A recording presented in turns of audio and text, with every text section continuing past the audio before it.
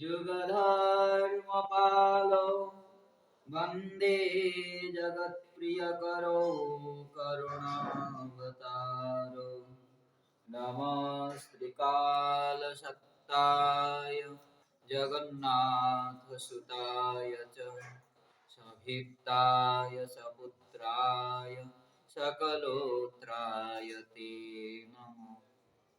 कस्तूरीतिलकं ललाटपटले वक्षस्थले कौस्तुभं नासाग्रे वरमुक्तिकं करतले वेणुकरे कङ्कणम् सर्वाङ्गे हरिचन्दनं सुललितं कण्ठे च मुक्तावली गोपस्त्रीपरिवेष्टितो विजयते गोपालचूडामणि फुल्लेन्दीवरकान्तिमिन्दुवदनं बर्हावतंशोप्रियम् श्रीवत्साङ्कमुदारकौस्तुभधरं पीताम्बरं सुन्दरम् गोपीनां नयनोत्पलार्चिततनु गोपसंहाप्रीतं गोविन्दं कलवेणुवादनपरं दिव्यङ्गभूषं भजे। तप्तकाञ्चन गौराङ्गे राधे वृन्दावनेश्वरी वृषभानुसुते देवी तं नमामि हरिप्रिये।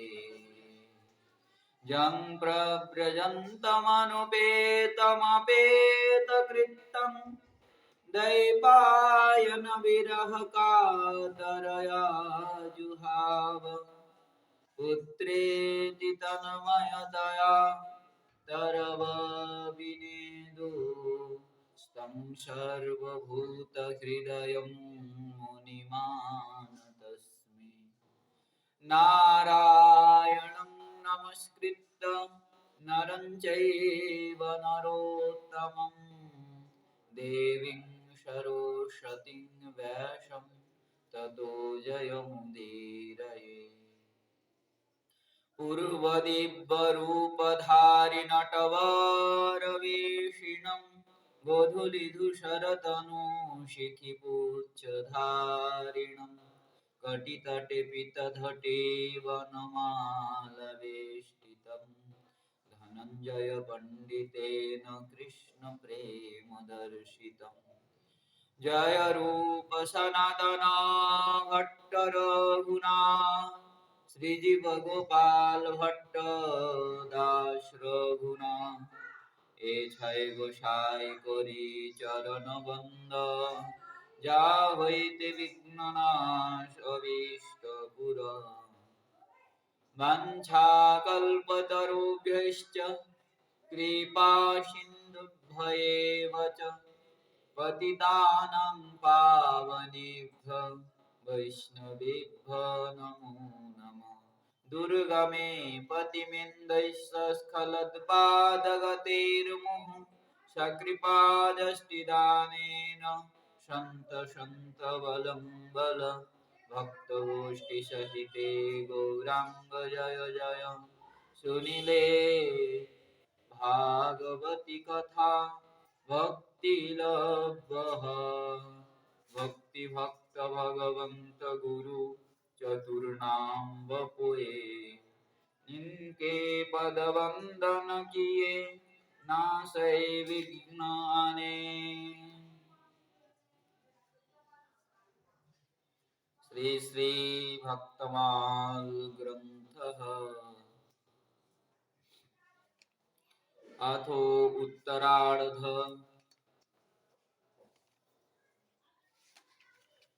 श्री श्री रघुनाथ दास गोस्वामी पाद श्री रघुनाथ गोसाई गरुड़ जो सिंह पौरे ठाड़े रहे, शीतलगत सकलात विदित पुरुषोत्तम दिनी, सोच गए हरि संग कृत सेवक की कीनी, जगन्नाथ पद प्रीति निरंतर करत खवासी, भगवत धर्म प्रधान प्रसन्न नीलाचलवासी, उत्कल देश उड़ीसा नगर वैनते सब को कहे, श्री रघुनाथ गोसाई गरुड़ जू सिंह पोरी ठाड़े रहे। करुणा वरुणालय। सर्वावतार सार शिरोमणि, कलिजुग पावन अवतार, परम करुणा घन विग्रह, प्रेमदाता भक्तवत्सल भक्त प्राणधन, पतित पावन श्रीमनित्यानंद प्रभु श्री कृष्ण चैतन्य महाप्रभु, श्री श्री राधा रमन लाल जीव, समस्त भक्त वृंद गुरु महाराज जी अशेष कृपा अनुकंपाয় আমরা নাভাজি রচিত শ্রী ভক্তমাল গ্রন্থ শ্রবণ করে আসছি। গতকাল পর্যন্ত আমরা শ্রবণ করলাম জগন্নাথের অতি প্রিয় ভক্ত সিদ্ধ শ্রী শ্রী মাধব দাস জিউর কথা। আজকে নাভাজি বর্ণন করছেন ষড়গোস্বামী অন্যতম অশেষ বিশেষ শ্রীমন মহাপ্রভুর কৃপাপাত্র রাধাকুণ্ড একনিষ্ঠ নিবাসী শ্রী শ্রী রঘুনাথ দাস গোস্বামী পাদের জীবনী।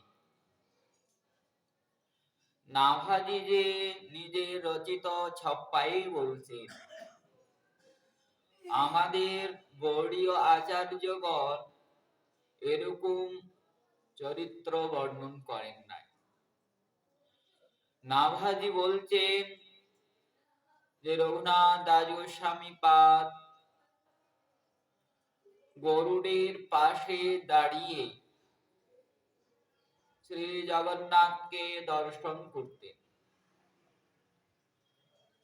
এটা বিশ্বাস করার যোগ্য। কেন? শ্রীমন মহাপ্রভু প্রথম যখন সন্ন্যাস নিয়ে নীলাচলে আগমন করেন, জগন্নাথ মন্দিরে একলাই প্রবেশ করেন। 18 নাগাদ থেকে নিত্যানন্দ প্রভু আদিদেরকে ছেড়ে দিয়ে শ্রীমন মহাপ্রভু আগেই আগমন করেন জগন্নাথ মন্দিরে।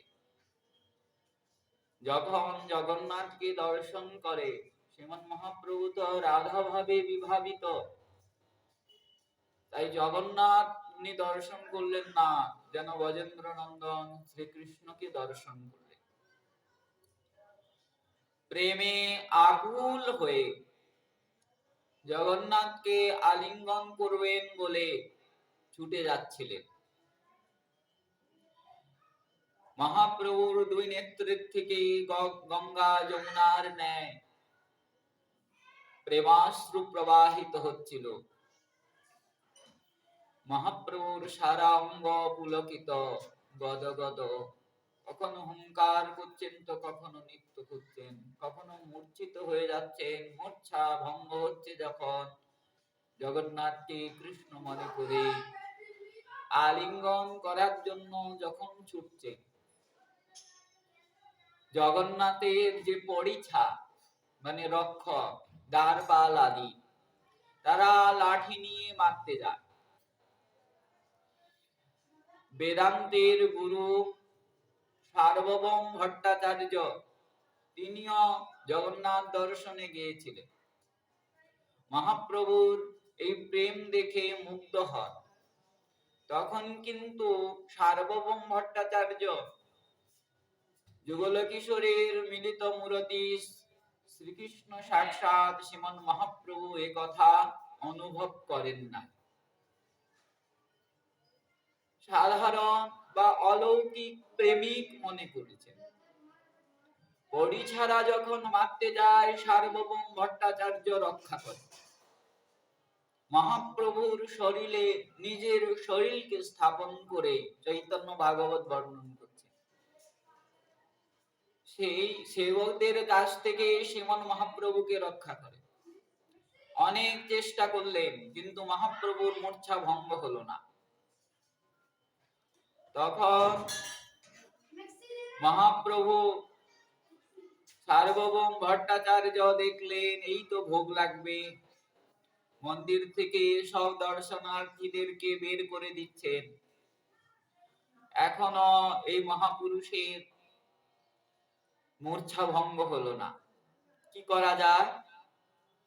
ওই পরিছাদের দ্বারা, ওই সেবকদের দ্বারা নিজের গৃহে নিয়ে গেলেন। শ্রীমন মহাপ্রভু মুকুন্দ দত্ত ছুটতে ছুটতে যখন জগন্নাথ মন্দিরে আসেন, এসে দেখেন শ্রীমন মহাপ্রভু নাই। দর্শনার্থীরা বলা বলি করছেন একজন অলৌকিক সন্ন্যাসী এসেছে। সে কি রূপ, অলৌকিক রূপ, যেন সাক্ষাৎ স্বর্গের থেকে কামদেব আগমন করেছে। আরেকজন বলছে না না, কামদেবের এত রূপ হবে না, যেন কোটি কাম একত্রিত হয়েছে, এমন সৌন্দর্য, এমন লাবণ্য, যুবক সন্ন্যাসী, কাঁচা সোনার মতো অঙ্গ কান্তি, গেরুয়া বসন পরিধান করে আছে। সেই কি প্রেম! দুই নয়ন থেকে অবিচ্ছিন্ন ধারা অস্ত্র প্রবাহিত হচ্ছে। মূর্ছিত হয়ে গেল। সার্বভৌম ভট্টাচার্যজি নিজের গৃহে নিয়ে গেলেন। এখন নিত্যানন্দ প্রভু মুকুন্দ দত্তকে বলছেন এই সার্বভৌম ভট্টাচার্য কি, বাড়ি কোথায়, কে বলে দিবে? প্রভুর কি ইচ্ছা, লীলা শক্তি গোপীনাথ আচার্যকে সেখানে আনয়ন করেছে। গোপীনাথ আচার্য জগন্নাথ মন্দিরে প্রবেশ করছেন, সামনে দেখছেন নিত্যানন্দ প্রভু এবং মুকুন্দ দত্ত আর বৈষ্ণব। মুকুন্দ দত্তের সঙ্গে পরিচয় আছে, নিত্যানন্দ প্রভু কেউ জানেন। গোপীনাথ আচার্য নিত্যানন্দ প্রভুর চরণ বন্দনা করেন। নিত্যানন্দ প্রভু উঠিয়ে গাঢ় আলিঙ্গন করেন। মুকুন্দ দত্তকে জিজ্ঞাসা করেন সব কুশল তো, প্রভু ভালো আছেন তো? মুকুন্দ দত্ত ক্রন্দন করতে করতে বলে প্রভু তো সন্ন্যাস নিয়েছেন কাটুয়ায় যে কেশব ভারতীর জিউর কাছে। এই তো প্রভু এসেছেন, প্রভু রাগ করে আমাদের আগে আগে এসেছেন, জগন্নাথ দর্শন করে মূর্ছিত হয়ে গেছেন। দর্শনার্থীদের মুখে শুনলাম প্রভু কি সার্বভৌম ভট্টাচার্য নামে কোন পণ্ডিত নিয়ে গেছেন। গোপীনাথ আচার্য হাসলেন, উনি তো আমার শালা হয়, চলো নিয়ে যায়। নিয়ে গেলে এখনো শ্রীমন মহাপ্রভুর মূর্ছা ভঙ্গ হয় নাই, সেরকমই অবস্থায় আছেন। ভোগের পর জগন্নাথের দর্শন হয়। সার্বভৌম ভট্টাচার্য বের হয়ে নিত্যানন্দ প্রভুর চরণ বন্দনা করলেন, কেননা নিত্যানন্দ প্রভু সন্ন্যাসী বেশে। সন্ন্যাসী গৃহস্থের ধর্ম সন্ন্যাসীকে প্রণাম আদি করা, তাই নিত্যানন্দ প্রভুর চরণ বন্দনা করলেন। সংকর্ষণ জ্ঞানে নয়, মহাপ্রভুর অভিন্ন বিগ্রহ নিত্যানন্দ প্রভুর জ্ঞানে প্রণাম আদি করেন নাই, সন্ন্যাসী জ্ঞানে সার্বভৌম ভট্টাচার্য প্রণাম করেছে নিত্যানন্দ প্রভুকে।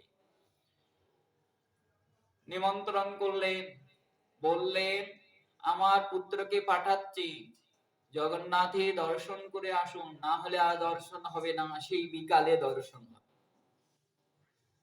সার্বভৌম ভট্টাচার্যের পুত্রের সঙ্গে গমন করলেন, জগন্নাথ দর্শন করে আসেন। তখনও শ্রীমন মহাপ্রভু মূর্ছিত। প্রেম মূর্ছা একমাত্র প্রেমেই যায়। এক প্রেমের মূর্ছা যার দ্বারা মূর্ছিত হয়েছেন তার দ্বারাই গমন করে। কৃষ্ণকে দেখে মূর্ছিত হয়েছেন, কৃষ্ণ নামেই মূর্ছা ভঙ্গ হবে, তার আগে কিন্তু হবে না। সাধারণ কেউ যদি মূর্ছিত হয়ে যায়, জলের স্পর্শ পেলে মূর্ছা ভঙ্গ হয়ে যায়, এটা নিয়ম। কিন্তু প্রেম মূর্ছা তো যায় না। তার অনেক প্রমাণ আছে। শ্রীমন মহাপ্রভু সমুদ্রকে যমুনা জ্ঞানে ঝাঁপ দিয়েছে, প্রেমে আকুল হয়ে হা যমুনে হা বৃন্দাবন হা বৃন্দাবন বলে সমুদ্রে ঝাঁপ দিয়েছে, মূর্ছিত হয়ে গেছে। এইদিকে স্বরূপ দামোদর আদি মহাপ্রভুকে খুঁজে পাচ্ছেন না, কোথায় গেল প্রভু, কোথায় গেলেন প্রভু। পূর্ণ মন্দিরের আশেপাশে তন্ন তন্ন করে খুঁজলেন, প্রভুকে পেলেন না। কোথায় গেলেন প্রভু, কোথায় গেলেন? দেখি তো সমুদ্রের তীরে আছে, তীরে গিয়েছেন নাকি? সমুদ্রের তীরে তীরে ভ্রমণ করছে। এক জালিয়া মাছ ধরার জন্য জাল মেরেছে সমুদ্রে, জাল খুব ভারী হয়ে গেছে, দৃঢ় হয়ে গেছে।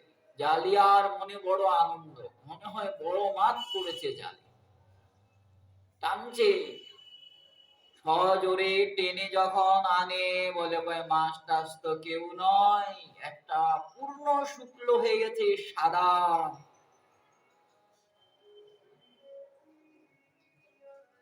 এক বিগ্রহ। বলে জালটাকে তো রক্ষা করতে হবে, এটাই জীবিকা। এই মনে করে যখন স্পর্শ করলেন প্রভুকে, দেখুন প্রেমিকের স্পর্শে প্রেম কিভাবে হয়। প্রেমের মূরতি শ্রীমন মহাপ্রভুকে যখন স্পর্শ করলেন, সেই জালিয়া নৃত্য করতে লাগে, আকুল হয়ে হরে কৃষ্ণ বলে নৃত্য করছেন সে জালিয়া। এইদিকে স্বরূপ দামোদর বলছি, দেখো না কি কৃষ্ণ কৃষ্ণ বলে নৃত্য করছে। অবশ্যই প্রভু সেখানে আছে, প্রভু ছাড়া তো এমন ক্ষমতা অন্য কারণ নাই। স্পর্শ মাত্রেই প্রেম প্রদান করে দেন, অবশ্যই প্রভু সেখানে আছেন। চলো। সেখানে যখন স্বরূপ দামোদর আদি যাচ্ছেন, সে জালিয়া নৃত্য করতে করতে বলছেন, গোসাই গোসাই কি বলি, আমার জালে একটা ভূত পড়েছে, স্পর্শ করার সঙ্গে সঙ্গে আমার এই অবস্থা। স্বরূপ দামোদর বলছেন, এই তো এক্ষুনি ভূত ছাড়াচ্ছি, এই বলে এক থাপ্পড় মারলেন, সেই জালিয়া প্রকৃতস্থ নিয়ে গেলেন। শ্রীমান মহাপ্রভুকে জাল থেকে মুক্ত করে সব চারদিকে বসে কৃষ্ণ সংকীর্তন শুরু করলে। ওই সংকীর্তন শুনে মহাপ্রভুর মূর্ছা ভঙ্গ। এই লীলা বলার হেতু হলো, মহাপ্রভু হা কৃষ্ণ বলতে বলতে সমুদ্রে ঝাঁপ দিয়েছে, জলের যখন স্পর্শ হয়েছে মূর্ছা ভঙ্গ হয়ে যাওয়ার কথা, কিন্তু কই মূর্ছা ভঙ্গ তো হলো না। যেরকম কি মূর্ছা সেরকমই ছিল, কিন্তু কৃষ্ণ নাম শোনার সঙ্গে সঙ্গে উনারা মূর্ছা ভঙ্গ হয়ে গেছে। এখানেও তাই, সার্বভৌম ভট্টাচার্য নিরাকারের আরাধক, তাই কৃষ্ণ নাম আদি করেন নাই, অন্য উপায় করেছেন জল আদির দ্বারা। কিন্তু নিত্যানন্দ প্রভু আদি আগমন করে শ্রীমন মহাপ্রভুর চারদিকে বসে যখন কীর্তন শুরু করলেন, কীর্তনের ধ্বনি যখন শ্রীমন মহাপ্রভুর কর্ণে প্রবেশ করলো, হা কৃষ্ণ বলে শ্রীমন মহাপ্রভু উঠে বসলেন। কোথায় আমি, কোথায় আসলাম? আমি যে জগন্নাথকে দর্শন করছিলাম, এখানে কি করে আসলাম? সার্বভৌম ভট্টাচার্য বলছেন, আমি নিয়ে এসেছি। ঠিক আছে, আপনারা সমুদ্র স্নানে যান, আর আমি আপনাদের ভোজনের ব্যবস্থা করি, আমার গৃহে আজ ভিক্ষা গ্রহণ। শ্রীমন মহাপ্রভু আদি স্নান করে আসলেন, ভিক্ষা গ্রহণ করলেন। করার পর মহাপ্রভু সার্বভৌম ভট্টাচার্যকে বলছেন, আজকে আপনি আমাকে রক্ষা করেছেন, আর এরকম ভুল আমি করব না। আজকের থেকে ওই গরুড়ের পাশে দাঁড়িয়ে আর জগন্নাথকে দর্শন করবে। মহাপ্রভু নিয়মই করে নিলেন যে গরুড়ের পাশে দাঁড়িয়ে ওই গরুড়ের উপরে হাত দিয়ে, এখনো মহাপ্রভুর অঙ্গুলি চিহ্ন আছে, এবং গরুড়ের পাশে যে দাঁড়িয়ে থাকতেন ওনার চরণ চিহ্ন আছে, প্রেমে গলিত হয়ে গেছে সেই পাথর, সেই চরণ চিহ্ন এখন অন্যত্র। কেননা ওখানে দর্শনার্থীরা আসে, শ্রীমন মহাপ্রভুর চরণে চরণ লেগে যায়, অপরাধ হয়ে যায়, তাই ওখান থেকে উঠিয়ে অন্যত্র স্থাপন করেছে। তাই এখানে যে বলছেন নাভাজি শ্রী রঘুনাথ গোসাই গরুড় যো সিংহ পরিঠাড়ে রহে,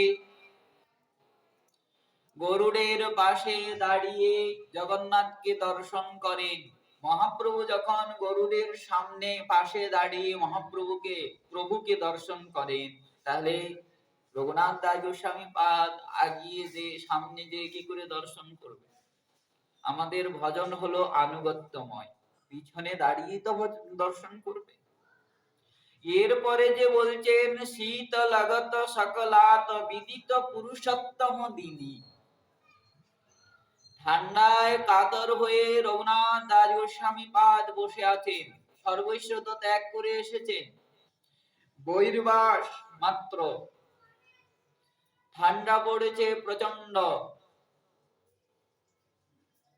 পরম বৈরাগী নিষ্কিঞ্চন, জগন্নাথ সহ্য করলেন না। এরকম মাধব দাস বাবাকে নিজের অঙ্গের বস্ত্র, নিজের অঙ্গের কম্বল, গরম বস্ত্র প্রদান করেছিলেন, সেরকমই রঘুনাথ দাস গোস্বামী পাদকেও এই কম্বল প্রদান করেছিলেন। কার বাণী? বলছেন নাভাজির বাণী। তাই শীত লাগত সকলাত বিদিত পুরুষোত্তম দিনী, যেরকম মাধব দাস বাবা অতিসার রোগ হয়েছিল, বারবার শৌচে যাচ্ছিলেন, নাভাজি বলছেন তদ্রূপ রঘুনাথ দাস গোস্বামী পাদ বারবার শৌচে যাচ্ছেন, দুর্বল হয়ে গেছে, উঠতে পারছেন না, জগন্নাথ বালকের রূপ ধারণ করে রঘুনাথ দাস গোস্বামী পাদের সেবা করেছেন। এটা আমার কথা নয়, আমি আগেই বলে এসেছি, আমাদের আচার্য পাদগণ এই লীলা, এই রঘুনাথ দাস গোস্বামী পাদের এই চরিত্র বর্ণন করেন না, নাভাজি বর্ণন করেছেন। এটা অসম্ভবই কিছু নয়। ভক্ত শিরোমণি রঘুনাথ দাস গোস্বামী পাদ প্রভু নিজে বলেন, আমি হলাম ভক্তের সেবক, ভক্তের দাস, ভক্ত যেরকম আমার সেবা করে, আমার ভজন করে, আমিও তার তদ্রূপ ভজন করি। বিচিত্র কিছু নয়, অসম্ভব কিছু নয়, সবই সম্ভব। তাই শৌচ গায়ে হরি সঙ্গ কৃত্য সেবক কি কিনি, সেবক যেরকম সেব্যের রোগ হলে ঔষধ আদি থেকে শুরু করে বস্ত্র ধোয়া আদি করে, তদ্রূপ জগন্নাথ বালকের রূপ ধারণ করে রঘুনাথ দাস গোস্বামী পাদে সবকিছু করেছেন। কিন্তু এটা রঘুনাথ দাস গোস্বামী পাদ কোনোদিন স্বীকার করতে পারবেন না, কোনোদিন স্বীকার করতে পারবেন না।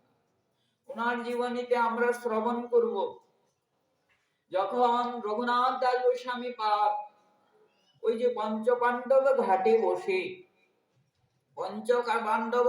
বসে হরির নাম করছিলেন গ্রীষ্মকাল,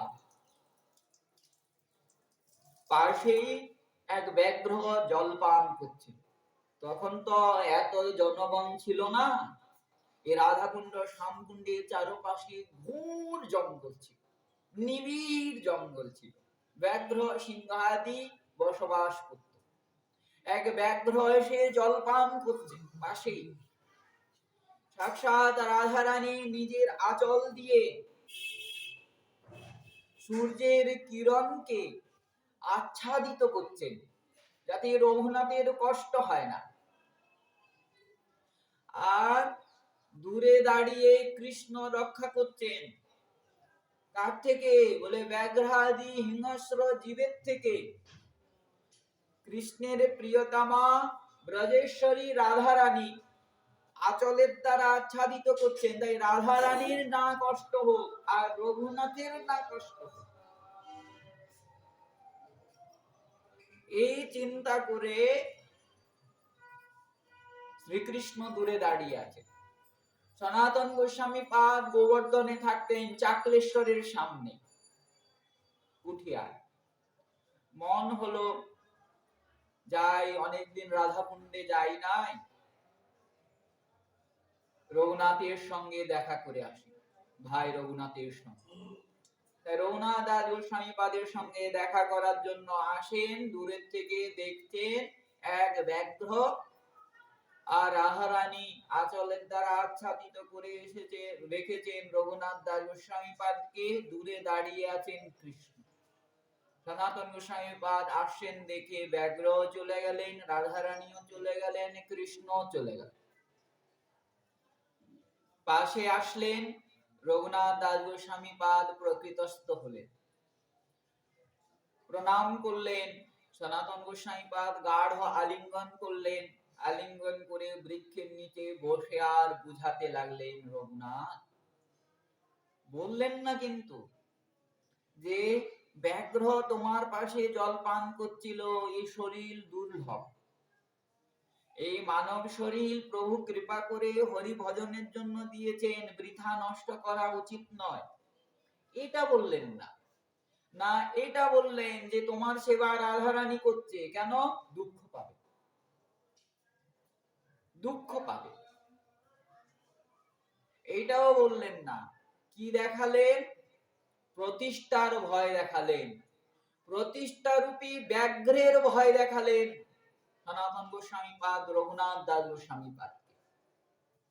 রঘুনাথ দাস গোস্বামী পাদকে বললেন যে দেখো ভাই, তুমি বাইরে বসে হরি ভজন করবে, ভজন করবে, তোমার প্রতিষ্ঠা বাড়বে, লোকে জানতে পারবে, একে একে করে লোক আসবে, ভিড় হবে, তোমার ভজনে বিঘ্ন হবে। তাই এক কাজ করো, ভজন কুঠির বানিয়ে ওই গৃহে বসে, ওই কুঠিরে বসে ভজন করো। তাহলে এর দ্বারা কি বুঝাচ্ছেন? রঘুনাথ দাস গোস্বামী পাদ মরে গেলেও নিজের ইষ্ট দেবের কাছ থেকে সেবা নিবেন না, কোনদিন সেবা নিবেন না। এইটাই তো তেই কদমে সনাতন গোস্বামী পাদ অরূপ গোস্বামী পাদকে উপদেশ দিলেন, এটাই তো উপদেশ দিলেন। বহুদিন পর সনাতন গোস্বামী পাদ আসেন, যখন জানলেন রূপ গোস্বামী পাদ মনে মনে চিন্তা করলেন, এতদিন পর দাদা আসে, যদি একটু ক্ষীর বানাতে পারতাম তাহলে দাদাকে একটু দিতে পারতাম। চিন্তা মাত্র করলেন। ব্রজেশ্বরী রাধারানী এক পরিচিতা বালিকার রূপ ধারণ করে ক্ষীরের যত সামগ্রী, চাল, দুধ, চিনি, কাজু, কিশমিশ, ভালো করে কেশর সব নিয়ে আসলেন। এনে আর বলছে, বাবা বাবা। বাবা বের হলেন, তখন বললেন, क्या हुआ लाली, কি হয়েছে? বলে, মাইয়া তেরে তাই এ সামান ভেজিয়ে। যখন ক্ষীরের সামান দেখলেন, দেখে আর গোস্বামী পাদ বলছেন যে আমিও চিন্তা করছিলাম একটু ক্ষীর যদি বানাতে পারতাম, প্রভুকে ভোগ লাগিয়ে দাদাকে দিতাম, কিন্তু তুমি তো নিয়ে আসলে, এখানে তো রন্ধন করার কিছু উপায় নাই, কি করে রন্ধন করব, ব্যবস্থা তো নাই। গোস্বামী পাদ তো মাধুপুরি করে নিয়ে আসেন সব। बोले बाबा चिंता क्यों करते हो, मैं हूं ना, मैं करती हूँ सब व्यवस्था। রানী ব্যবস্থা করতে লাগলেন। ওই কোন রকমের চুলা বানিয়ে নিলেন কয়েকটা পাথর খন্ডের দ্বারা, আর রাধারানীর অসম্ভব পাত্র তো নিয়ে এসেছিল, বলে সেই পাত্র বসিয়ে দিলেন, কাঠ আদি এনে রাধারানী নিজে রন্ধন করলেন। ভেবে দেখুন, রাধারানী নিজে নিয়ে এসেছে, তাহলে বস্তু জড় নয়, চিন্ময়। নিজে রন্ধন করলেন। রূপ গোস্বামী পাদ যুগল কিশোরকে ভোগ লাগালেন, আনন্দে গ্রহণ করলেন। সনাতন গোস্বামী পাদ আসলেন, আলিঙ্গন আদি হলো, বসলেন। রূপ গোস্বামী পাদ সনাতন গোস্বামী পাদকে ওই ক্ষীর প্রদান করলেন। সুগন্ধ শুনেই প্রেমে আকুল হয়ে গেলে, সুগন্ধ অনুভব করেই পেয়েই সনাতন গোস্বামী পাদ মুগ্ধ হয়ে গেলেন। যখন ক্ষীর পান করছেন প্রেমাবিষ্ট হয়ে গেলেন। সনাতন গোস্বামী পাদের নয়ন থেকে প্রেমাশ্রু প্রবাহিত হতে লাগলো, সারা শরীর পুলকিত হয়ে গেল। অষ্টসাত্ত্বিক বিকার। সনাতন গোস্বামী পাদ মনে মনে চিন্তা করছেন, এই ক্ষীর তো প্রাকৃত নয়, এই ক্ষীর অবশ্যই অপ্রাকৃত। ভাই রূপ, এই ক্ষীর পেলে কোথায়? কোথা থেকে এনেছো এই ক্ষীর? ভালোভাবেই জিজ্ঞাসা করছে। গোস্বামী পাদ বলছেন, কি বলবো দাদা, তুমি আসছিলে শুনলাম, তাই মনে মনে চিন্তা করলাম যে একটু ক্ষীর যদি বানাতে পারতাম। তখনই এক পরিচিতা বালিকা, তার বাড়িতে আমি মাদুপুরি করতে যাই, সে সব কিছু নিয়ে আসলো, বলে মা পাঠিয়েছে। সনাতন গোস্বামী পাদ রন্ধন করতে করতে বলছেন, রূপ তুমি ঠিকই বলেছ, পরিচিতা বালিকাই আমাদের চির পরিচিতা, এক জন্মের নয়, জন্ম জন্মান্তরের পরিচিতা, আমাদের ইষ্টেশ্বরী, আমাদের মাতা পিতা সর্বস্ব, সাক্ষাৎ রাধারানী বালিকা রূপে আগমন করেছে। আমাদের সাধনা তো এই নয়, আমাদের সাধনা হলো, আমাদের ভজন হলো ইষ্টেশ্বরীকে সুখ দেওয়া, ব্রজেশ্বরীকে সুখ দেওয়া, সেবা করা, সেবা নেওয়া নয়। তুমি কামনা করেছ, ইচ্ছা প্রকাশ করেছ, ইচ্ছা পূর্ণ করার জন্য সাক্ষাৎ রাধারানী আগমন করে খালি বস্তু দিয়ে যায় না, রন্ধন পর্যন্ত করে গেছেন, যাতে তোমার কষ্ট না হয়, তুমি কষ্ট না পাও, এরকম করবে না। তাহলে আমাদের ভজন কি? ইষ্টেশ্বরীকে সুখ দেওয়া, কষ্ট দেওয়া নয়। রঘুনাথ দাস গোস্বামী পাদ এই সমস্ত সেবা কি করে নিতে পারেন? এই হতে পারে যে যখন জগন্নাথ সেবা করেছেন তখন রঘুনাথ অর্ধমূর্ছিত ছিল, চৈতন্যহীন ছিল। চেতনায় থাকলে তো এই সেবা নিতে পারবেন না, কোনোদিনই নিতে পারবেন না রঘুনাথ দাস গোস্বামী পাদ।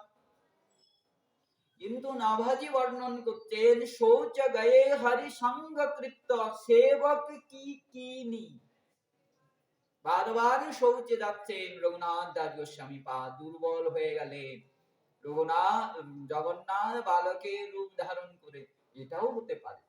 এখন নাভাজিও তো সাধারণ নয়, ভগবত দ্রষ্টা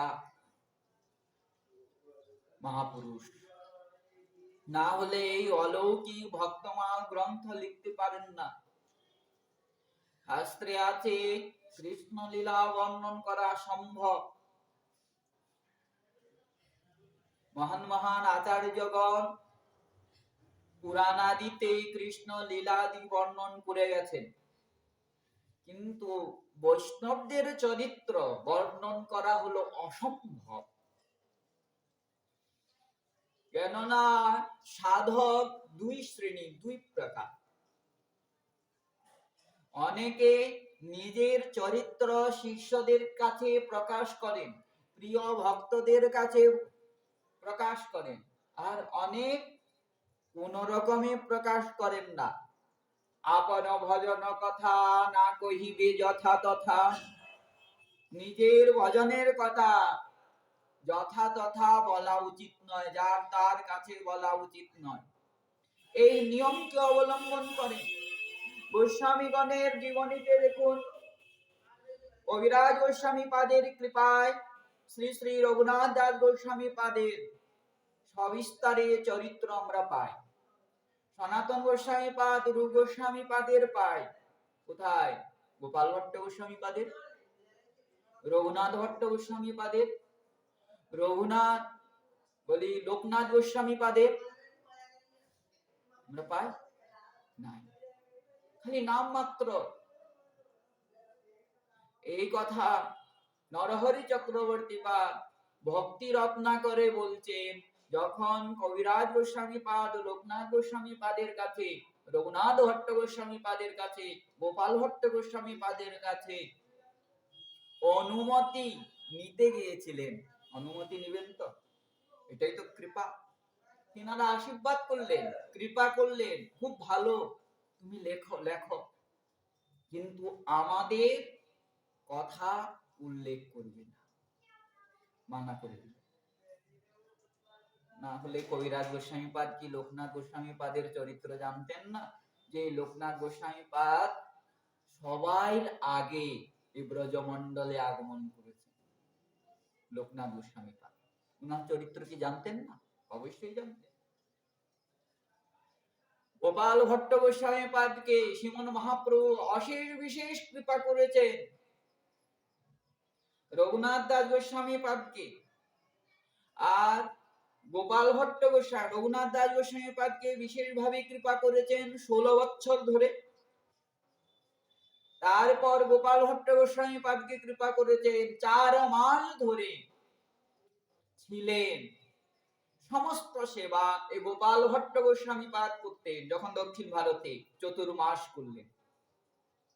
আর রঘুনাথ ভট্ট গোস্বামী পাদ তপন মিশ্রের পুত্র, যখন কাশীতে সনাতন গোস্বামী পাদকে শিক্ষা দেওয়ার জন্য 2 মাস ছিলেন, ওই 2 মাস সেবা পেয়েছে।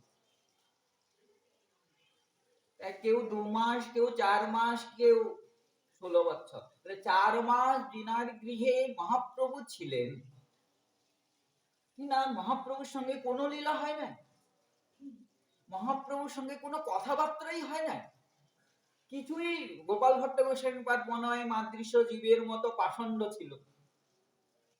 এটাই তো আসে যে মহাপ্রভু কোনো সেবা করলেন না, অন্য বালকের মতো খেলাধুলা করাতে মত্ত ছিলেন, মহাপ্রভুকে জানতেন না। তাহলে এইটাই তো প্রমাণিত হয়। বলে না, নরহরি চক্রবর্তী পাদ ভক্তি রত্না করে বর্ণন করছেন গোপাল ভট্ট গোস্বামী পাদ কিভাবে মহাপ্রভুকে সেবা করেছেন। মহাপ্রভুর মণ্ডিত মস্তক আর গেরুয়া বসন দেখে ক্রন্দন করছেন নির্জনে, হা বিধাতা, এই দূর দেশে কেন জন্ম দিয়েছ, এই দূর দেশে কেন জন্ম দিয়েছ, কোন জন্মে আমি কি অপরাধ করেছিলাম তাই এই দূর দেশে জন্ম দিলে, জন্ম যখন এই মহাপ্রভুর লীলার সময় জন্ম দিলে কেন নবদ্বীপের পাশে দিলে না? তাহলে কুঞ্চিত কেশ সমন্বিত শ্রীমন মহাপ্রভুকে আমি দর্শন করতাম, সেই রূপ কিরকম আমি দর্শন করতাম। আকুল হয়ে ক্রন্দন করছেন, এত আকুল হয়ে গেলেন, মহাপ্রভুর ইচ্ছায় নিদ্রিত হলেন, স্বপ্নে দেখছেন কি সাক্ষাৎ নবদ্বীপ। এই নবদ্বীপ নয়, আমরা যে চর্মচক্ষে দেখছি যে জড় মাতৃশ জীবের মতো সব, এই নবদ্বীপ নয়, সেই নিত্য নবদ্বীপ, মহাপ্রভুর লীলাকালীন সেই নবদ্বীপ। মহাপ্রভু নিত্যানন্দ প্রভু, অদ্বৈত প্রভু সেবা সঙ্গে নৃত্য করতেন ভক্ত মন্ডলী নিয়ে, এই রূপ দর্শন করতেন। সহসা মহাপ্রভু অদর্শন হয়ে গেলেন, জল ছাড়া মৎস্যের মতো ছটপট করতে লাগলেন। ঝড়ে যেরকম কলা পাতা ফড়ফড় ফড়ফড় করতে থাকে, সেরকমই গোপাল ভট্ট গোস্বামী পাদ কাঁপতে লাগলেন। কোথায় কোথায় ছুটে আসলেন যেখানে মহাপ্রভু আছেন, এসে কি দেখলেন? দেখলেন ব্রজমণ্ডলকে, শ্রীকৃষ্ণ এবং নিত্যানন্দ প্রভু বলরাম। দেখতে দেখতে কৃষ্ণই গৌরবর্ণ হয়ে গেল। এই দর্শন, এইভাবে নরহরি চক্রবর্তী পাদ গোপাল ভট্ট গোস্বামী পাদের চরিত্র বর্ণন করছেন। তাহলে এর দ্বারা প্রমাণিত হচ্ছে যে গোপাল ভট্ট গোস্বামী পাদ অন্য বালকদের মতো চঞ্চল ছিলেন না, অন্য বালকদের মতো চঞ্চল ছিলেন না। তাহলে সেবা করেছেন রীতিমতো। আরো কত প্রমাণ। মহাপ্রভু যখন 4 মাস পরে এসে যাচ্ছেন, গোপাল ভট্ট চরণে লুটিয়ে পড়ে বলছেন, প্রভু আমাকে নিয়ে চলো, আমি বাঁচবো না আপনার ছাড়া। কিন্তু প্রভু বাক্যাদেশ দিয়ে, না তোমাকে থাকতে হবে, মাতা পিতার সেবা করতে হবে, বিবাহ করবে না। বেঙ্কট ভট্টকে বললেন, এখন গোপাল ভট্ট আমার, তোমাদের নয়, আমার আদেশে তোমাদের কাছে আছে, আমার ধন মনে করে অধ্যয়নাদি করাবা, বিবাহ করাবে না, আদেশ দিয়ে চলে আসলেন। শিশু মহাপ্রভুকে জানতে পেরেছেন, অনুভব করেছেন বলেই তো এত আকুল হয়ে ক্রন্দন করছেন। কিন্তু কবিরাজ গোস্বামী পাদ তো নিজ গ্রন্থে উল্লেখ করেন নাই। বলে কেন করেন না? রঘুনাথ ভট্ট কে এক নয়, প্রথম তো যখন বৃন্দাবনে যাচ্ছিলেন তখন কৃপা করে গেলেন, আসার পর 2 মাস থাকলেন, কৃপা করলেন, ওই খালি নাম মাত্র উল্লেখ করলেন ষড়গোস্বামীর সঙ্গে, অষ্টগোস্বামীর সঙ্গে। এই 6 গুরুদেব বলে বললেন। আর গুরুদেবের চরিত্র, রূপ গোস্বামী পাদের চরিত্র বর্ণন করছেন, সনাতন গোস্বামী পাদের চরিত্র বর্ণন করছেন, রঘুনাথ দাস গোস্বামী পাদের চরিত্র বর্ণন করছেন। ইনাদের কেন করছেন? তাই গোস্বামীরাও 2 শ্রেণী। অনেকে নিজের চরিত্র মহাপ্রভুর লীলা বিস্তার করার জন্য, মহিমা দেখানোর জন্য, যেরকম কবিরাজ গোস্বামী পাদ নিজের চরিত্র লিখছেন, নির্লজ্জ হয়ে নিজে বলছেন। কেন? বলে এর মধ্যে লুকিয়ে আছে নিত্যানন্দ প্রভুর মহিমা। আমি নিজের প্রতিষ্ঠা বাড়ার জন্য বলছি না, নিত্যানন্দ প্রভুর মহিমা বলার জন্য আমি নিজের চরিত্র বলছি।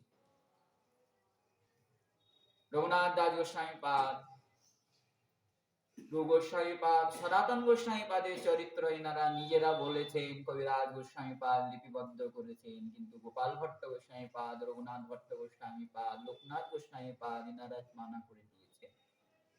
তাই সাধক হলো 2 শ্রেণী। কেউ নিজেদের ভজনকে লুকিয়েছেন, কেউ ইষ্টদেবের মহিমা বাড়ানোর জন্য নিজের চরিত্র শিষ্যাদির কাছে প্রকাশ করেছেন। হরিদাস জি এত গ্রন্থ রচনা করেছেন, 64টা গ্রন্থ, তার মধ্যে নিজেরও গ্রন্থ আছে, আর অনেক গোস্বামীগণের লুপ্ত গ্রন্থকে প্রকাশ করেছেন। লুপ্ত হয়ে গেছিল সেই গ্রন্থ রচনা করেছেন। কিন্তু আরো বৈষ্ণবদের যেখানে যে ভজন করেছেন, সেখানে যে উনাদের শিষ্যদের বাড়িতে যে উনাদের চরিত্র জিজ্ঞাসা করে করে গৌড়ীয় বৈষ্ণব জীবন লিপিবদ্ধ করেছেন, কিন্তু নিজের জীবনী একটুকু লিপিবদ্ধ লিখেন নাই, বিন্দু মাত্র লিখেন নাই, লুকিয়েছে। কেন? বলে আপন ভজন কথা না কহিবে যথা তথা। তাই কৃষ্ণ চরিত্র, ভগবত স্বরূপের চরিত্র তিনারা লীলা করতেই এসেছেন, তাই লীলা প্রকাশিত সাধক বুঝতে পারে। কিন্তু বৈষ্ণবদের চরিত্র কি করে বর্ণন করবেন? তাই সেই অলৌকিক চরিত্র বর্ণন করেছেন নাভাজি মহাপুরুষ। ভুল বলা যাবে না যে বর্ণন করেছেন। এর মধ্যে 2টা হেতু থাকতে পারে। এক, রঘুনাথ দাস গোস্বামী পাদ মূর্ছিত ছিলেন, জ্ঞান ছিল না, তাই জগন্নাথ সেবা করেছে। আরেকটা কারণ হতে পারে এমন ছদ্মবেশে এসেছেন জগন্নাথ যে রঘুনাথ দাস গোস্বামী পাদ চিনতেই পারলেন না। এই 2টা হতে পারে। তাই শৌচগে হরি সঙ্গ কৃত্য সেবক কিনি। আর কি সেবা করছেন বলেন দেখি? আমাদের আচার্য পাদগণ এই সেবা কখনোই দিতে পারবেন না, কখনোই দিতে পারবেন না। আমাদের ভজন না আচার্যগণ না শান্তকে গ্রহণ করেছে, না দাস্যকে, না সখ্যকে, না মধুরকে কোথায় যে আটকালেন? বলে রাধা দাসিত্বকে, রাধা মঞ্জুরিত্বকে স্বীকার করেছেন।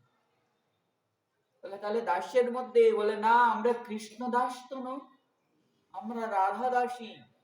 ষট গোস্বামীগণ কে? এই যে আমরা রঘুনাথ দাস গোস্বামী পাদের চরিত্র শ্রবণ করতে আমরা আরম্ভ করেছি। এই রঘুনাথ দাস গোস্বামী পাদ কি রতি মঞ্জুরি? এই ইনারা আগমন করে আর ইনাদের উপরেই দায়িত্ব দিয়েছেন মহাপ্রভু। সনাতন গোস্বামী পাদকে, রূপ গোস্বামী পাদকে আদেশ দিচ্ছেন গ্রন্থ লিপিবদ্ধ কর। গৌড় দেশে কাকে আদেশ দিলেন? কই না তো। গোস্বামীগণকে আদেশ দিয়েছেন, সনাতন গোস্বামী পাদকে, রূপ গোস্বামী পাদকে, জীব গোস্বামী পাদকে, রঘুনাথ দাস গোস্বামী পাদকে বলে ভজন করো, বৈরাগ্য স্থাপন করো, লুপ্ত তীর্থ উদ্ধার করো এবং গ্রন্থ লিপিবদ্ধ করো, বৈরাগ্য স্থাপন করো, ভজনের প্রক্রিয়া স্থাপন করো। এনাদের আদেশ দিয়েছেন। কেন? বলে এই গোস্বামীগণই একমাত্র ভজনের রীতিকে জানতে পারেন। কেন?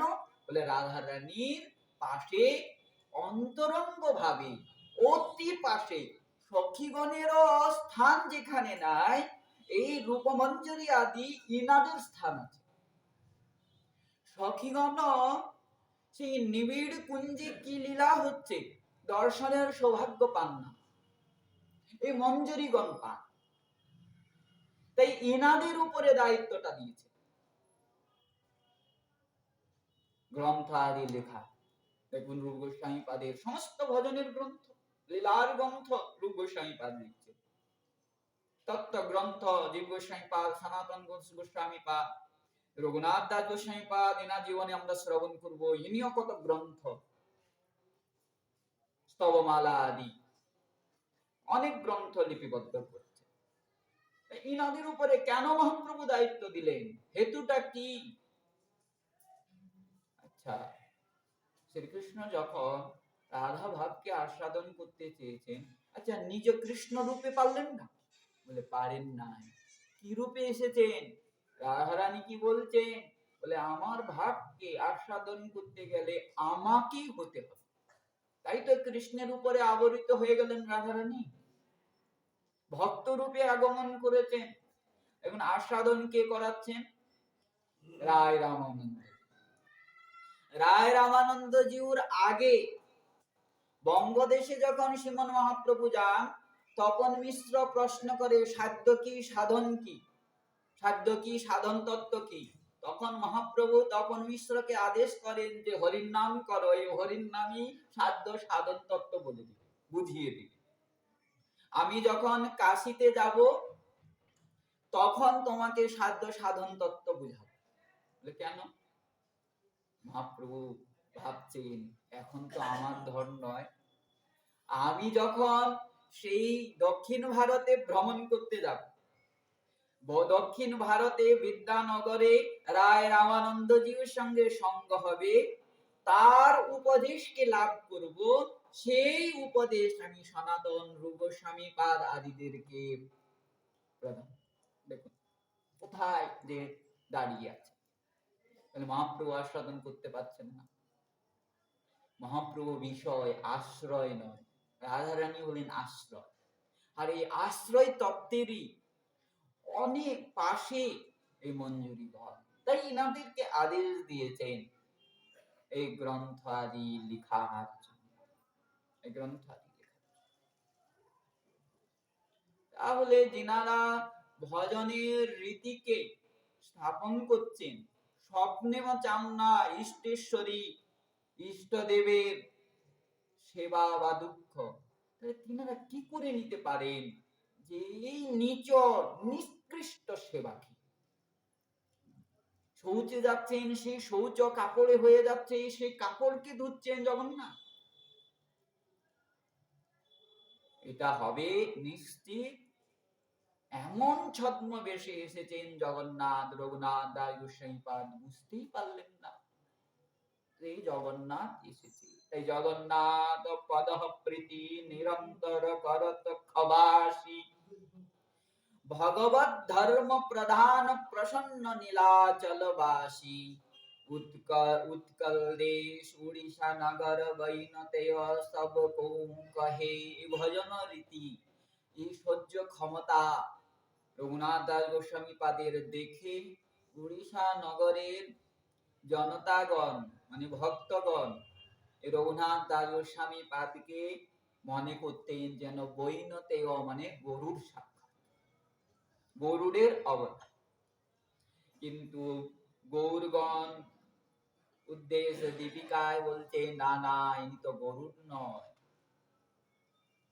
ইনি হলেন রাধারানীর অতি প্রিয় দাসী রতি মঞ্জুরির অবতার।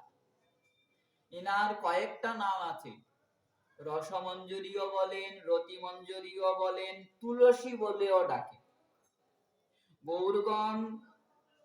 গৌরগণোপদেশ দীপিকায় বলছেন দাস শ্রী রঘুনাথস্য পূর্বাক্ষা রসমঞ্জুরি, দেখুন রসমঞ্জুরি বলছে। তারপরে বলছেন অমং কেচিৎ প্রভাসন্তে, বলে কেউ কেউ বলেন শ্রীমতী রতিমঞ্জুরিম। ভানুমত্তাক্ষয়া কেচিৎ, আরো বলছেন কেউ কেউ ভানুমতি বলেও ডাকেন। ভানুমত্তাক্ষয়া কেচিৎ আহুস্তং নাম ভেদত। তুলসী মঞ্জুরি বলেও ডাকেন, তুলসী বলে রাধারানী অতি প্রিয় ডাকেন। তুলসী কোথায় তুমি, তুলসী তুলসী বলে ডাকেন। এতগুলো না, তাহলে ইনি কে, বলে রাধারানীর রতি মঞ্জুরি। রাধারানীর ভাবকে যে অনর্পিত চরিং চিরাগ করুণায়া, যে মহাপ্রভু প্রতিজ্ঞা করেছেন বহুকাল ধরে যে অর্পিত হয় নাই, যে ব্রজ প্রেম, সেই প্রেম আমি জগতে ঢেলে দিব। কারা ঢালবে? মহাপ্রভু সেই প্রেমের উদ্দেশ্যই জানেন না, বলে ইনারা ঢালবে। তাই ইনাদেরকে ব্রজমণ্ডলে পাঠিয়েছেন, রতি মঞ্জুরি আগমন করেছে।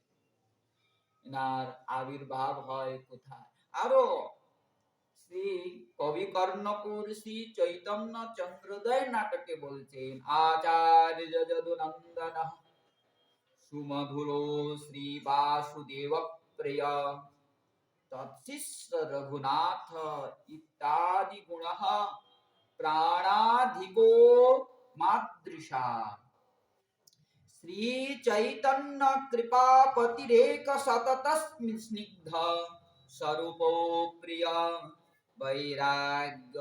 বৈরাগ্যৈক নিধীর্ণ কৈশবিদিতো নীলাচলে তিষ্টাম।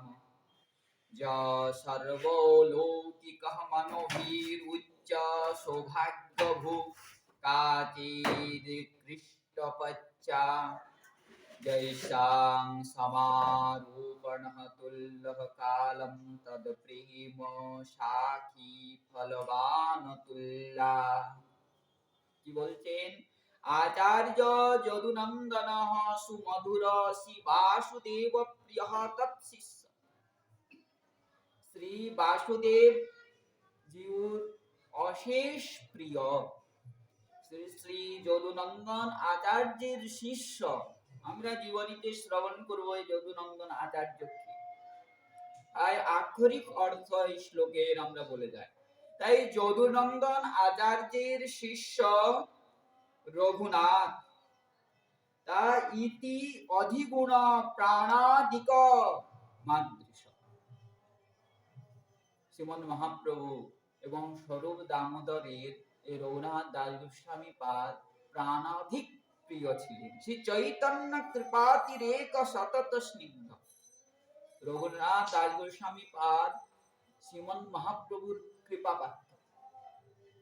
16 বছর গোস্বামীগণের মধ্যে এই রঘুনাথ দাস গোস্বামী পাদ কে একদিন 2 দিন নয়, 1 মাস 2 মাস নয়, 1 বছর 2 বছর নয়, 16 বছর কৃপা করছে। তাই বলছেন শ্রী চৈতন্য কৃপা অতিরেক সতত। আর রঘুনাথ দাস গোস্বামী পাদের স্বভাব কিরকম ছিল? বলে অতীব স্নিগ্ধ আর স্বরূপ প্রিয়।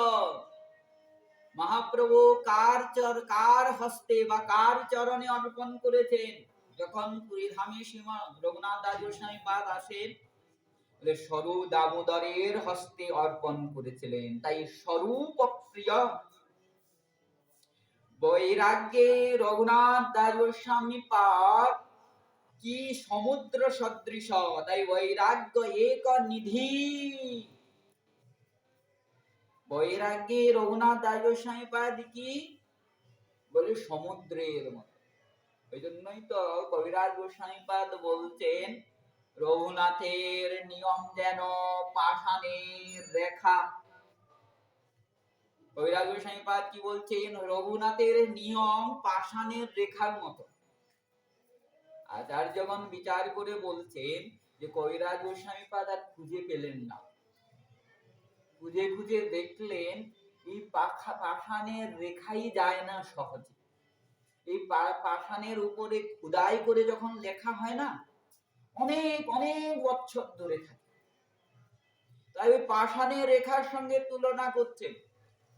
আর এইটা বলছেন পাষাণের লেখা মিটে যেতে পারে, কিন্তু রঘুনাথ দাস গোস্বামী পাদের নিয়ম মিটবে না। যে নিয়ম, সেই সূচকের আগে লেখক লিখছেন নিয়ম কি বলে? রঘুনাথ দাস বন্দ প্রেম সুধাময়। রঘুনাথ দাস গোস্বামী পাদকে বন্দনা করি। কি বলে? রঘুনাথ দাস গোস্বামী হলেন প্রেম সুধার সমুদ্র, প্রেমামৃত। তাই প্রেম সুধাময়, যাহার চরিত্রে সব লোক বশ হয়, যার চরিত্র শ্রবণ করে লোক বশীভূত হয়ে যান। নিয়মের কথা বলছে। সহস্র দণ্ডবত করে লন লক্ষণা, প্রতিদিনের নিয়ম। বৃদ্ধাবস্থার কথা বলছেন, যুবক অবস্থার কথা বলছেন না।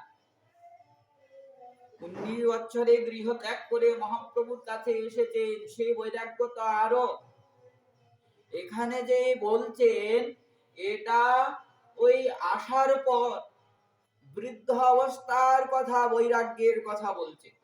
উঠে দাঁড়াতে পারেন না, দুইজন উঠে দাঁড় করান, কবিরাজ গোস্বামী পাদ উঠিয়ে দাঁড় করান, কিন্তু দণ্ডবোধ করার সময় কোথার থেকে শক্তি পেয়ে যান? এটা বিচিত্র নয়। সাধক যখন সাধনা করবে, এই শরীর যখন চিন্ময় হয়ে যাবে সাধন করতে করতে, তখন কষ্টের কাজে কষ্ট হবে না। যতক্ষণ পর্যন্ত আমাদের দেহাবেশ থাকে তখন আমাদের ভজনে কষ্ট হয়। দেহাবেশ যখন চলে যায় তখন আমাদের আর কষ্ট হয় না। সিদ্ধ জগন্নাথ দাস বাবা বয়স 100 বছর, হাঁটতে পারেন না। বিহারি একটা ঝুড়ি আছে, ঝুড়িতে বসিয়ে মাথায় করে নিয়ে যান, এই বৃন্দাবন থেকে হেঁটে হেঁটে নিয়ে যান। একদিন কি হলো, ওই ছাড়া গঙ্গা যেখানে ওনার সমাধি আছে, সেখানে কুঠিয়ায় বসে আছেন।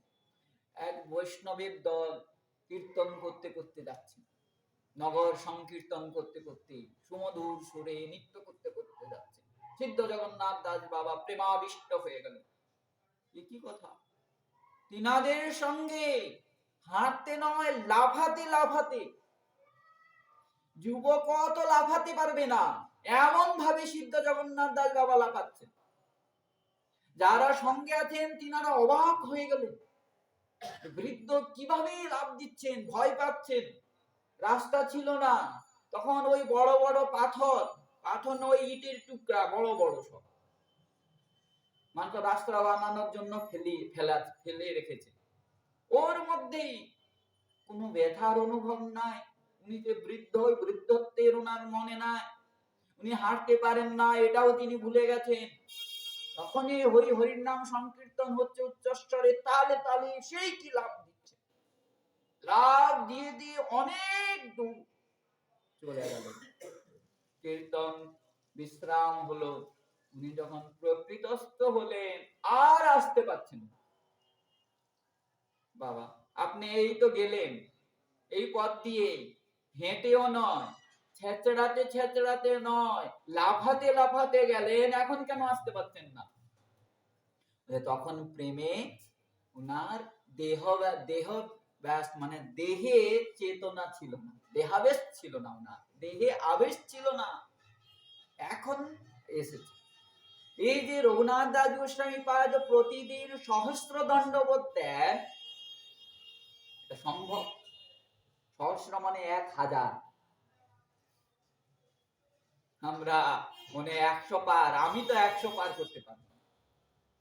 এখানের মধ্যে মনে হয় আমারই একটু বয়স কম, আমি বলছি 100 পার করতে পারবো না। যদি 100টা দিয়ে দিয়েছি, তারপরের দিন আর উঠতে হবে না, ওই ব্যথার গুলি অবশ্যই খেতে হবে, সারা শরীর ব্যথা হয়ে যাবে।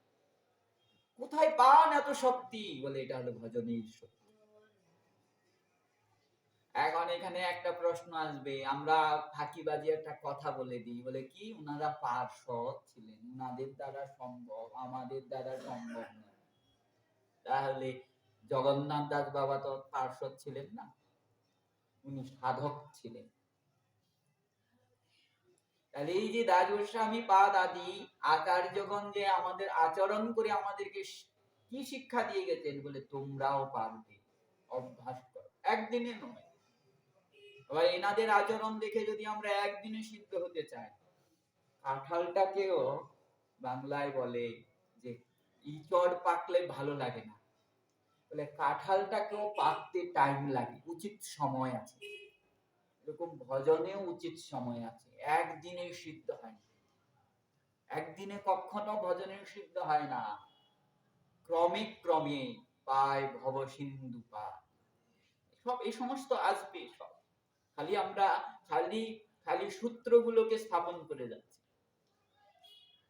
প্রয়োজনে ওনারা আচরণ করে আমাদেরকে শিক্ষা দিচ্ছেন। সহস্র দণ্ডবত করেন লং লক্ষণাম, 200 বৈষ্ণবে নিত্য করেন প্রণাম। 1000 হয়ে গেছে। আর প্রতিদিন আবার কত? বলে 200 প্রণাম, 200। তাই 200 বৈষ্ণবে নিত্য খালি চিন্তন করে করজোড়ে নয়, পঞ্চাঙ্গে প্রণাম করেন, ষষ্ঠাঙ্গে প্রণাম করেন, হয়ে গেল 3000। 1000 দণ্ডবত এমনি নিজের ইষ্টদেব, আর 2000 বৈষ্ণবের নাম চিন্তন করে করে। যেরকম বৈষ্ণব বন্দনা আছে, বৃহৎ বৈষ্ণব বন্দনা, বলে এরকম একজন একজন বৈষ্ণবের নাম চিন্তন করে ওনার উদ্দেশ্যে প্রণাম করে উঠে আরেকজন বৈষ্ণবের নাম চিন্তন করে আবার প্রণাম করে। এই 200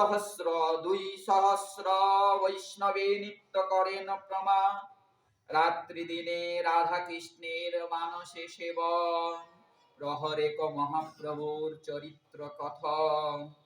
3 সন্ধ্যা রাধা কুণ্ডে অপতিত স্থান। এই ঠান্ডার মধ্যে এত ঠান্ডা, ওরে বাপ রে, রাধা কুণ্ডের জলের পাশে যেতে, আচমন করতে, স্পর্শ করতে ভয় লাগে। আর ওই অবস্থায় রঘুনাথ দাস গোস্বামী পাদ 3 সন্ধ্যা, সকাল, দুপুর, আবার সন্ধ্যা, 3 সন্ধ্যা। খালি আচমন স্নান নয়, আমরা আচমন করে আর একটু জল ছিটিয়ে বলে হ্যাঁ স্নান হয়ে গেছে, ওরকম নয়, অপতিত স্থান, অপতিত স্নান। আবার বৈষ্ণব ব্রজবাসী বৈষ্ণবে করেন আলিঙ্গন দান, ব্রজবাসী বৈষ্ণবদেরকে আলিঙ্গন দান, আলিঙ্গন। এই হলো ওনার ভজনের রীতি। তাই কবি কর্ণপুর বলছেন বৈরাগ্য এক নিধীর্ণ, বৈরাগ্যের মধ্যে নিধি ছিল সমুদ্রের মতো। কৈশ্য বিদিত নীলাচলে তিষ্ঠাম, আমরা সবাই জানি তিনি নীলাচলে ছিলেন, মহাপ্রভুর লীলাকে দর্শন করেছেন। আজ রঘুনাথ দাস গোস্বামী পাদের কৃপায় তো আমরা মহাপ্রভুর লীলা, গম্ভীরার লীলাকে প্রাপ্ত করতে পেরেছি। আজ যদি রঘুনাথ দাস গোস্বামী পাদ কবিরাজ গোস্বামী পাদকে না শোনাতেন, তাহলে দুর্লভ গ্রন্থ চৈতন্য চরিতামৃত আমরা পেতাম না। আমাদের লীলা ওই সীমিতই হয়ে যেত। অনেক আচার্যরা বর্ণন করেছেন, কবি কর্ণপুর আদি, স্বরূপ দামোদর, মুরারি গুপ্ত আদি সবাই বর্ণন করেছেন, কিন্তু এত প্রাঞ্জল ভাষায়, বাংলা ভাষায়, এটা সাধারণ শিশুও বুঝতে পারবে। চৈতন্য চরিতামৃত একমাত্র রচনা করেছেন কৃষ্ণদাস কবিরাজ গোস্বামী পাদ। আর কোন সময়ে? বলে বৃদ্ধাবস্থায় রচনা করেছেন। এটা অলৌকিকত্ব। এই বৃদ্ধাবস্থা বলার হেতু কি? বলে সব গোস্বামীরা সব গ্রন্থ রচনা করে নিয়েছেন, প্রায় সবাই অপ্রকট হবেন। সেই সময়ে কবিরাজ গোস্বামী পাদ এই চৈতন্য চরিতামৃত লিখছেন। এর দ্বারা কি বোঝা গেল? সমস্ত গ্রন্থকে আলোচনা করে, সমস্ত গ্রন্থের থেকে সার বস্তু নিয়ে, এবং রঘুনাথ দাস গোস্বামী পাদের কাছে, রূপ গোস্বামী পাদের কাছে, সনাতন গোস্বামী পাদের কাছে, গোপাল ভট্ট গোস্বামী পাদের কাছে, রঘুনাথ ভট্ট গোস্বামী পাদের কাছে, লোকনাথ গোস্বামী পাদের কাছে, ভূগর্ভ গোস্বামী পাদের কাছে মহাপ্রভুর লীলা শ্রবণ করে এবং নিত্যানন্দ প্রভুর অশেষ বিশেষ কৃপা লাভ করে কবিরাজ গোস্বামী পাদ এই চৈতন্য চরিতামৃত লিখছেন। আর বিশেষ অনুদান এই রঘুনাথ দাস গোস্বামী পাদ। রূপ গোস্বামী পাদও ছিলেন না, 1 বছর মাত্র সনাতন গোস্বামী পাদ ছিলেন নীলাচলে। রূপ গোস্বামী পাদও বেশি দিন ছিলেন না, সনাতন গোস্বামী পাদও ছিলেন না, ছিলেন রঘুনাথ দাস গোস্বামী। তাই রঘুনাথ দাস গোস্বামী পাদ নবদ্বীপ লীলা অনুভব করেছেন, আর গম্ভীরা লীলাও অনুভব করেছেন। কেন? বলে স্বরূপ দামোদর আদি থেকে শ্রবণ করেছেন নবদ্বীপ লীলা, আর নিজে দর্শন করেছেন নীলাচলের লীলা। আর গম্ভীরায় রাত্রে যে মহাপ্রভুর কি ভাব উদিত হতো, এটাও শ্রবণ করেছেন রঘুনাথ দাস গোস্বামী পাদ। কারণ কি? বলে রাত্রে সঙ্গী কে? বলে রামানন্দ রায় এবং স্বরূপ দামোদর। রামানন্দ রায় আর স্বরূপ দামোদর রাত্রে সঙ্গীত, এনারা দুইজনই তো রাত্রে থাকে। গোবিন্দ রঘুনাথকে সবাই ভালোবাসেন, সবাই ভালোবাসেন, এই শ্লোকই সবাই রঘুনাথকে ভালোবাসেন। তাহলে ভালোবেসে মহাপ্রভুর লীলা, অন্তরঙ্গ লীলা, স্বরূপ দামোদর অতি প্রিয়, আমরা এক্ষুনি শ্রবণ করে এসেছি, স্বরূপ প্রিয় স্বরূপ দামোদর রঘুনাথ দাস গোস্বামী পাদকে শোনা। এই রাত্রে মহাপ্রভুর লীলা হয়েছে, এই লীলা হয়েছে। আমাদের মতো মেধা নয় তিনি। এই শুনলাম, এক কানে ঢুকলো আর এক কানে বেড়ে হল না। কম্পিউটারও ফেল। কম্পিউটারে তো টাইপিং করতে হয়, ওনাদের কর্ণে ঢুকলো শ্রুতিধর। ওনারা সবাই শ্রুতিধর, কর্ণে প্রবেশ করেছে তো আর বের হয়। আমাদের কর্ণ প্রভু বলছেন যে এই দুটা কান কেন দিয়েছে জানো? বলে এক কানে ঢুকানোর জন্য, আর এক কানে বাইর করার জন্য। নাহলে একটা কান দিলেই তো হতো, একটা কান দিত, বলে ভালো লাগতো না। বলে খুব ভালো লাগতো। কেন লাগতো না? আমরা এখন এই 2 কান বিশিষ্ট মানুষকে দেখছি বলে মনে করছি যে এইটাই সৌন্দর্য, এইটাই সৌন্দর্যের সীমা। যখন আমরা 1 কান বিশিষ্ট মানুষকে দেখবো, তখন মনে করবো এইটাই সৌন্দর্য। 2টা কান দিয়েছে কেন? বলে এই যে বাইর করার জন্য। এক কান বলে হাওয়া পাস হবে, দিক দিয়ে পার হয়ে যাবে সব। ওনারা শ্রুতিধর ছিলেন, 1 কানে 2 কানে প্রবেশ করাতেন, আর হৃদয়ে নিয়ে আর বের হতে দিতেন না। রঘুনাথ দাস গোস্বামী পাদের কৃপা। এই রঘুনাথ দাস গোস্বামী পাদের আবির্ভাব হয় সপ্তগ্রামে। এমনি কৃষ্ণপুরে ওনার আবির্ভাব হয়, এই সপ্তগ্রামের এই পাশে। এই সপ্তগ্রাম কি করে হয়েছে? ইতিহাস বলতেন, পুরাণে বর্ণন করছে এক রাজার নাম হলো শ্রী প্রিয়বন্ত, আর কোথাও কোথাও বলছেন প্রিয়ব্রত। তার 7 পুত্র। পুত্রদের নাম হলো অগ্নিহোত্র, রমণক, ভূপিষণ্ড, স্বয়ংবান, ববাট, শবন, দ্যুতিমন্ত। এরা গৃহ ত্যাগ করে সন্ন্যাসী হয়ে সরস্বতী নদীর তীরে, যেরকম প্রয়াগে ত্রিবেণী সঙ্গম, সেরকমই সপ্তগ্রামেও ত্রিবেণী সঙ্গম ছিল। কিন্তু এখন সময়ে কেউ নাই, একটা ক্ষুদ্র ধারা রূপে, লুপ্ত ধারা রূপে সরস্বতী প্রবাহিত হচ্ছে। ওই লুপ্ত ধারা, অনেকে মনে করে এটা ক্যানাল, না, ওইটা হলো সরস্বতী, সপ্তগ্রামের পাশ দিয়ে যে যাচ্ছে। এই সরস্বতী নদীর তীরে এরা কঠোর তপস্যা করেন, প্রভুকে প্রাপ্ত করেন। তাই এই ঋষিদের নাম অনুসারে এই গ্রামের নাম হয়ে গেল সপ্তগ্রাম। হিন্দু রাজা ছিল, জবনদের রাজত্ব আসলো।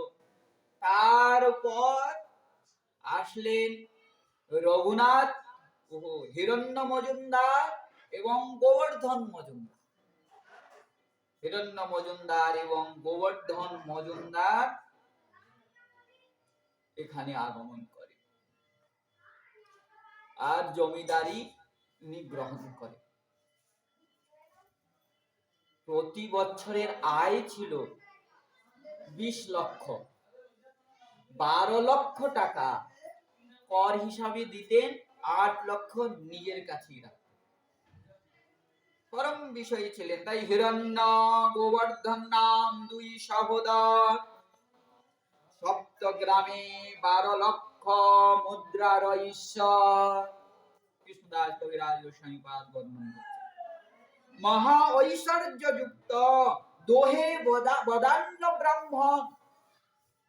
মহা ঐশ্বর্য যুক্ত ভাবা যায়, 8 লাখ টাকা, আজ থেকে 500 বছরের আগে।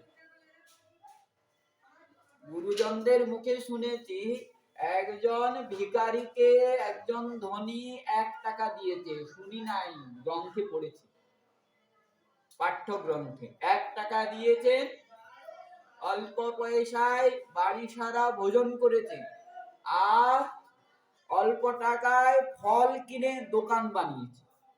তাহলে 1 টাকার 1 মুদ্রা, স্বর্ণ মুদ্রা চলিত তখন, 1 মুদ্রার এত মূল্য। ভেবে দেখুন, 8 লক্ষ বছরে কত টাকার মালিক। ওই জন্যই তো কবিরাজ গোস্বামী পাদ বলছেন মহা ঐশ্বর্য যুক্ত। ঐশ্বর্য যুক্ত নয়, মহা ঐশ্বর্য। সেই 8 লাখ টাকা যদি এখন হয়, তাকে কি বলা হবে? বলে অরবপতি, খরবপতি। না, সে অরবপতি খরবপতির বড় যে হয় সেই হবে। 8 লক্ষ ভাবা যায়? তাই মহা ঐশ্বর্য। কিন্তু ঐশ্বর্য পাওয়ার পরেও কিন্তু অন্ধ হন না, ঐশ্বর্যে অন্ধ হন না। বিশেষণ দিচ্ছেন কবিরাজ গোস্বামী পাদ বদান্য, হৃদয় বড়, দয়ালু, গরিব দুঃখীদেরকে দান করতেন, ব্রাহ্মণদের সেবা করতেন। তাই ব্রাহ্মণ্য শব্দ প্রয়োগ করছেন, ব্রাহ্মণ সেবী। গোবিন্দের নামও একটা ব্রাহ্মণ্য। তাই ব্রাহ্মণদের সেবা করতেন। আর সদাচার, সৎকুলীন, ধার্মিক, অগ্রগণ্য। বৈষ্ণবের গৃহ ছাড়া তো এরকম রাধারানীর প্রিয় মঞ্জরি তো আগমন করবেন না। বৈষ্ণব হতে হবে, তো বৈষ্ণব কুলেই তো আগমন করেন বৈষ্ণবরা। তাই বলছেন সদাচারী, সৎকুলীন, ধার্মিকের মধ্যে অগ্রগণ্য। নদিয়াবাসী ব্রাহ্মণের উপজীব্য প্রাণ। নদিয়াবাসী যত ব্রাহ্মণ আছে, ব্রাহ্মণদের জীবিকা ইনি প্রায় নির্বাহ করে। যার ভূমি দরকার তাকে ভূমি দেন, অর্থের দরকার অর্থ দেন, ঘর বানানোর দরকার ঘর বানিয়ে দেন। এইভাবে নদিয়া অর্থ ভূমি গ্রাম দিয়া করেন সহায়। নীলাম্বর চক্রবর্তী আরাধ্য দোহা। নীলাম্বর চক্রবর্তী এই গোবর্ধন মজুমদার এবং হিরণ্য মজুমদারের আরাধ্য, খুব সম্মান করতেন। নীলাম্বর চক্রবর্তী ও ভাই বলে মনে করতেন, তাই চক্রবর্তী করে দোহার ভাতৃ ব্যবহার। মিশ্র পুরন্দরে পূর্বে করিয়াছেন সেবনে, মিশ্রেরও অনেক সেবা করেছেন। তাহলে এই সমস্ত কথার দ্বারা একজন কবি সঙ্গীত মাধব নাটকে লিখছেন, পাতালে বাসুকি বক্তা, স্বর্গে বক্তা বৃহস্পতি, গৌড়ে গোবর্ধন দাতা, খণ্ডে দামোদর কবি। বলতেন পাতালে বাসুকি বক্তা, পাতালে বাসুকি কৃষ্ণ বর্ণন করছেন, কৃষ্ণ লীলা বর্ণন করছেন, তাই বক্তা। স্বর্গে বক্তা বৃহস্পতি, আর গৌড়ে গোবর্ধন দাতা, কার সঙ্গে তুলনা করছেন? খণ্ডে দামোদর কবি। এর দ্বারা বোঝা যাচ্ছে যে গোবর্ধন এবং হিরণ্য মজুমদার পরম বৈষ্ণব ছিলেন। পরম বলা যাবে না, এখানে যদি পরম শব্দ প্রয়োগ করা হয়, যখন মহাপ্রভুর কাছে রঘুনাথ দাস গোস্বামী পাদ গিয়েছেন, তখন যে ইনাদের জন্য শব্দগুলো প্রয়োগ করা হচ্ছে, তখন মিলানো যাবে। বৈষ্ণব ছিলেন, বৈষ্ণব সেবী ছিলেন, ব্রাহ্মণ সেবী ছিলেন, গরিব দুঃখীদেরকে সেবা করতেন, আর গৃহে বিগ্রহ সেবা ছিল। এই গৃহেই রাধারানীর অতি প্রিয় মঞ্জুরি দাসী, রতি মঞ্জুরি, এই রঘুনাথ দাস গোস্বামী পাদ অনুমানিক। গোস্বামীগণদের তিরোধান তিথি তো উল্লেখ আছে, কিন্তু আবির্ভাব তিথি উল্লেখ নাই। তাই কেউ কিছু বলছেন। তাই অনুমানিক ওনার আবির্ভাব 1428 শতাব্দী উনি আবির্ভূত হন। শশীকলার মতো উনি বড় হতে থাকেন। যখন অন্নপ্রাশন হয়ে গেল, যখন 5 বছরের অধ্যয়নের জন্য কার কাছে পাঠাবেন? চাঁদপুরে থাকতো কুলপুরোহিত বলরাম আচার্য, সেই বলরাম আচার্যর কাছে রঘুনাথ দাস গোস্বামী পাদকে অধ্যয়ন করার জন্য পাঠালেন। ওখানে অধ্যয়ন করতে লাগলেন। বলরাম আচার্য পরম বৈষ্ণব, অধ্যয়ন করাতেন, সঙ্গে কৃষ্ণ কথাও শোনাতেন। বৈষ্ণব সঙ্গ, বৈষ্ণব সঙ্গ। তখনই আসলেন বেনাপুল থেকে হরিদাস ঠাকুর। হরিদাস ঠাকুরের কৃপায় রঘুনাথ দাস গোস্বামী পাদের কি মঙ্গল হয়েছে, কি কল্যাণ হয়েছে, এই বিষয়ে শ্রীমন মহাপ্রভু কৃপায় আমরা আগামীকাল শ্রবণ করব। জয় রাধে শ্রী রাধে নিতাই গৌর হরি।